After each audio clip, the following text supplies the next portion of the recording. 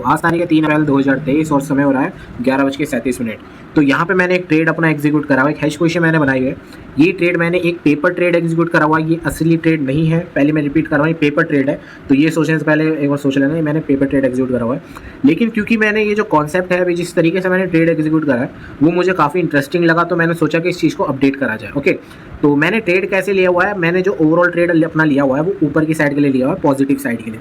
Okay, अब positive side का reason, अब काफ़ी लोग बोलेंगे यार भैया तुमने तो रेजिस्टेंस पे पॉजिटिव ट्रेड एग्जीक्यूट कर दिया, ये कैसा ट्रेड लिया है। तो इसके पीछे का रीज़न ये है कि पहली बात, अगर तुम ओवरऑल ओआई देखोगे तो वहाँ पे जो है ऊपर की साइड के लिए ही पोजीशन बनी हुई है।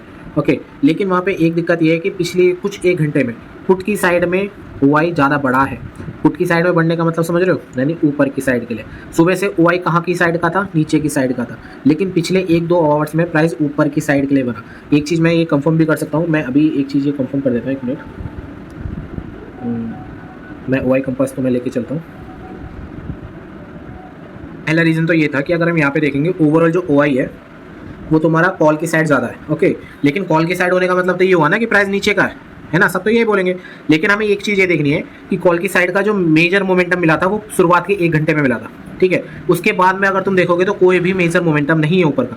हालांकि पिछले 1-2 घंटे में अगर तुम पुट की साइड देखोगे तो पोजीशन बढ़े जा रही है, बढ़े जा रही है, बने जा रही है, बने जा रही है। यानी कि न्यू पोजीशंस कहाँ ऐड हो रही है, पुट की साइड ऐड हो रही है। और पुट की साइड ऐड होने का क्या मतलब है कि प्राइस ऊपर की साइड जाने का कोशिश कर रहा है, या फिर एक तरीके से प्लानिंग कर रहा है, ऊपर की साइड की पोजीशन बन रही है। ओके, तो हम ये नहीं कह सकते कि अभी प्राइस ओवरऑल इस खाली इस चीज़ को देख के हम ये नहीं कह सकते कि प्राइस नीचे जाएगा, नीचे जाएगा। ये चीज़ हम सुबह कर सकते हैं शुरुआत के 1 घंटे में, क्योंकि ओवरऑल पहला मोमेंटम ऊपर का ही आया था, सॉरी नीचे का ही गया था। ओके, जो कॉल की साइड का मोमेंटम था शुरुआत में 1 घंटे में मिल गया था, लेकिन उसके बाद से प्राइस बिल्कुल नीचे की, मतलब जितने बने हुए उतने ही है, और पुट की साइड में काफ़ी सारी पोजीशन ऐड हुई है। तो पहला रीज़न तो मेरा यही था वहाँ पे एक पॉजिटिव ट्रेड एग्जीक्यूट करने का, क्योंकि न्यू पोजीशन जो बन रही है वो पुट की साइड बन रही है। अगर तुम अभी भी देखोगे तो एक जो स्पाइक बन रही है वो पुट की साइड ही बन रही है। तो एक तरीके से न्यू पोजीशन पुट की साइड ऐड हो रही है, कॉल की साइड नहीं हो रही। और वही अगर देखो, अगर प्राइस सपोज करो एक अपना स्विंग अगर ऊपर की तरफ निकाल लेता है तो इसकी पोजीशन तो ऐड हो ही रही है, ऊपर से इनकी पोजीशन घटनी शुरू हो जाएगी। तो एक तरीके से क्रॉस करने लग जाएगा, ये एक तरीके से ये क्रॉस करने लग जाएगा, और जैसे ही क्रॉस करेंगे तो जाहिर सी बात है प्राइस और भी ऊपर का मोमेंटम ईजिली दे सकता है। ओके, तो क्रॉस होने का मैं नहीं कह रहा कि क्रॉस को एक इंडिकेटर बना दो, इंडिकेटर मत बनाओ उसे। बस क्रॉस का रीज़न क्या है, क्या लॉजिकल रीज़न है वो चीज़ देखो। ओके, तो यहाँ पे मैंने लॉजिकल रीज़न बता दिया। यहाँ पे पोजीशन ऐड होगी, ऊपर जाएगा, यहाँ से पोजीशन निकलनी शुरू होगी, नीचे जाएगा। ओके, तो हमें एक ऊपर का इजीली मोमेंटम मिल जाएगा। तो पहला रीज़न तो ये होगा कि मेरे ऊपर की पोजीशन बनाने का। बाकी अब टेक्निकल रीज़न मैं बताता हूँ। अब जो मैंने सेकंड रीज़न लिया था वो ये था कि अगर तुम यहाँ पे ओआईज की तरफ देखोगे तो ओआईज का स्ट्राइक प्राइस वाइज अगर तुम देखोगे तो यहाँ पे 40,500 पे तुम्हारा सपोर्ट है। ओके, ओआई चेंज 14 का है और ओआई चेंज कॉल की साइड 9 का है। ओके, तो हमारा सपोर्ट हमें क्या मिल गया, 40,500 हमारा सपोर्ट हो गया। अब यहाँ पे हम देखेंगे न्यूट्रल लेवल कौन सा है, यानी दोनों की तरफ बराबर हुआ है कौन सा है। तो 40,600 हमारा एक न्यूट्रल लेवल बना हुआ है। ओके, और 40,700 हमारा एक रेजिस्टेंस लेवल बना हुआ है। तो इससे हमें क्या चीज़ पता लग रही है कि 40,700 तो हमारा रेजिस्टेंस लेवल है, यानी कि 40,650 से लेके 40,700 हमारे एक रेजिस्टेंस लेवल है, जो कि हमें टेक्निकल पे भी दिख रहा है। और वही 40,600 हमारे एक न्यूट्रल लेवल है, यहाँ पे हम बाय भी नहीं कर सकते, सेल भी नहीं कर सकते।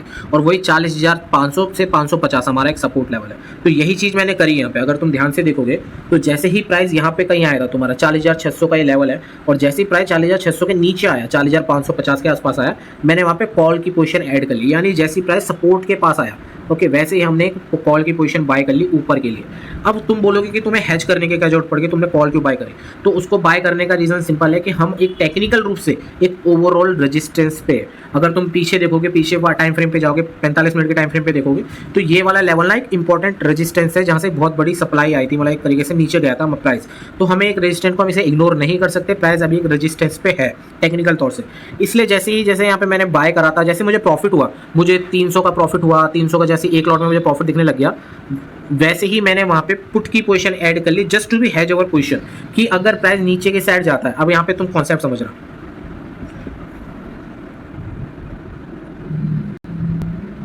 तरीके से समझना कि यार मैंने यहाँ पे एक कॉल बाय करी थी, ओके, और यहाँ पे मैंने कहीं ना कहीं एक पुट बाय कर ली।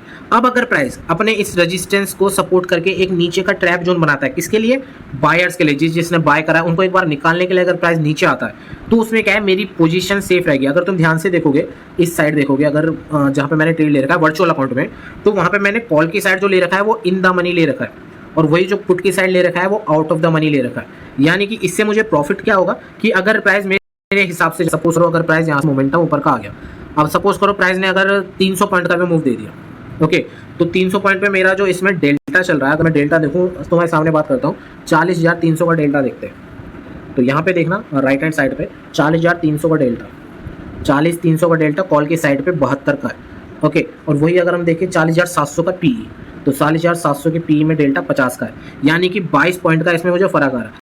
22 पॉइंट सेंस अगर मेरे 300 पॉइंट का भी प्रॉफिट होता है, 300 पॉइंट अगर मेरे साथ चलता है, तो मेरा एटलीस्ट 60 पॉइंट का प्रॉफिट होना ही होना है, गारंटीड। अब गारंटीड मैं इस तरीके से कह रहा हूँ कि मैंने वो नहीं गिना कि ये आउट ऑफ द मनी होती चली जाएगी और इन द मनी होती चली जाएगी, यानी 60 पॉइंट से मेरा एटलीस्ट 90 पॉइंट तक भी टारगेट जा सकता है अगर मैं एवरेज निकालूँ, ओके। तो इस तरीके से अगर तुम बड़े मोमेंटम कैच करने जा रहे हो, बड़ी रैली पकड़ने जा रहे हो, तो तुम हेज से भी बढ़िया पैसा कमा सकते हो, ओके। क्योंकि अब क्या होगा कि जो in the out of the money होती चली जाएगी, तो जो अपना 50 का है वो 46 हो जाएगा, फिर 40 होगा, फिर 34 होगा, तो अपना वो घटता जाएगा, जिससे क्या है हमारा जो लॉस होगा वो कम होगा, प्रॉफिट बढ़ता ही जाएगा, इन द मनी होता चला जाएगा, ठीक है। अब वही बात लेते हैं, ये तो हुई कि हमारे अगेंस्ट नहीं गया, हमारे साथ चला। अब बात कर लेते हैं अगर प्राइस हमारे अगेंस्ट चला जाता तो क्या होता। तो यार अगर प्राइस हमारे अगेंस्ट चला जाता तो यहाँ हमने बाय करा था, इस एरिया में बाय करा था, एक मिनट, इस एरिया में बाय करा था। अगर प्राइस 600 के पास हमने बाय करा, अगर वो 500 तक भी आता है हमें ट्रैप करने के लिए, यहाँ तक भी सपोज करो 400 तक आ जाता है, 400 एक सपोर्ट है, तो कितना नीचे गिरा प्राइस, 600 से 400 तक गिरा, कितना गिरा, 200 पॉइंट गिरा। अब 200 पॉइंट में आमतौर पे तो मैं इतना ऐसे अफोर्ड नहीं कर सकता ना, यानी कि अगर मेरा डेल्टा तुम्हारा 70 का भी है तो 70 के हिसाब से कितना हुआ, 140 पॉइंट हुआ, है कि नहीं। अगर 200 के हिसाब से भी देता हूँ तो 140 पॉइंट का मेरा लॉस हुआ, इतना लॉस मैं अफोर्ड कर सकता हूँ क्या, नहीं कर सकता। और वही लेकिन अगर मैंने आउट ऑफ द मनी की पीई बाय कर ली, तो मेरा क्या है यहाँ पे 50 का, यानी 100 पॉइंट मुझे वहाँ से प्रॉफिट होगा और 140 का मुझे लॉस होगा, यानी एंड ऑफ द डे मुझे लॉस कितने का होगा अगर मैं गलत हुआ, 40 पॉइंट का, और मेरे प्राइस अगेंस्ट कितना गया, 140 पॉइंट, यानी कि तुम समझ रहे हो मेरा कितना रिस्क मैनेजमेंट यहाँ पे हो रहा है फॉलो। और वही मैंने ये बोला कि गारंटीड मुझे 40 का होगा। अब यहाँ पे बात कर लेते हैं कि एवरेज कितना होगा। अब इसमें फायदा क्या है, फायदा मैं बताता हूँ कि अपनी जो आउट ऑफ द मनी हमने पी की बाय करी थी, अगर 200 पॉइंट प्राइस नीचे गिरता है तो वो इन द मनी हो जाएगी, इन द मनी हो जाएगी, या तो एटलीस्ट एट द मनी तो हो ही जाएगी, यानी हमारा जो 50 का डेल्टा था वो 60 का भी हो सकता है, और हमारी जो इन द मनी थी वो एट द मनी हो जाएगी, आउट ऑफ द मनी हो जाएगी, यानी हमारा वो कम से कम 50 था।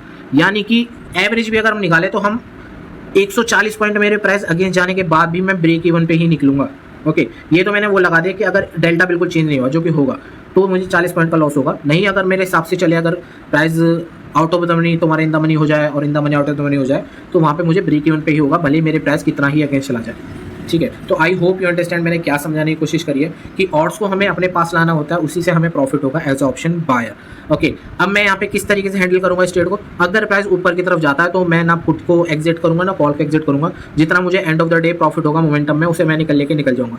और वही अगर प्राइस नीचे की तरफ जाता है तो 40,400 पे आते ही मैं दोनों पोजीशन से एग्जिट हो जाऊंगा, जितना भी मुझे ब्रेक इवन पे या लॉस में चल रहा होगा। तो आई होप यू अंडरस्टैंड मैंने क्या समझाने की कोशिश करी है। बड़ा सिंपल कॉन्सेप्ट था लेकिन इंटरेस्टिंग कॉन्सेप्ट था, ठीक है। तो ऐसे ही हमें हेज से भी पैसा कमाया जा सकता है, यही चीज़ मैंने समझाने की कोशिश करी थी। अब मुझे इसमें अल्टीमेट लॉस तभी होगा जब प्राइस यहाँ पे पूरे दिन साइडवेज हो जाएगा, ओके, क्योंकि दोनों तरफ से डेल्टा हो जाएगा। लेकिन ऐसा मुझे कोई बहुत बड़ा लॉस नहीं होने वाला, यानी कि मुझे ज़्यादा से ज़्यादा 20 पॉइंट्स का 22 पॉइंट्स का लॉस होगा। ऐसा नहीं कि 80 पॉइंट्स का लॉस हो जाएगा, 100 पॉइंट का लॉस, ऐसा नहीं है। मेरा रिस्क मैनेज है इसमें, चाहे प्राइस ऊपर जाए चाहे नीचे जाए साइडवेज हो जाए। 3 तरीके होते हैं, तीनों तरीकों में आ जाता है, मेरी तीनों की प्लानिंग है, तीनों में ही मेरा रिस्क मैनेज है। कोई अंधा प्रॉफिट भी नहीं होने वाला और कोई अंधा लॉस भी नहीं होने वाला। तो आई होप यू अंडरस्टैंड मैंने क्या समझाने की कोशिश करी है। बाकी देखते हैं अभी के लिए क्या होता है। अभी के लिए दैट्स ऑल।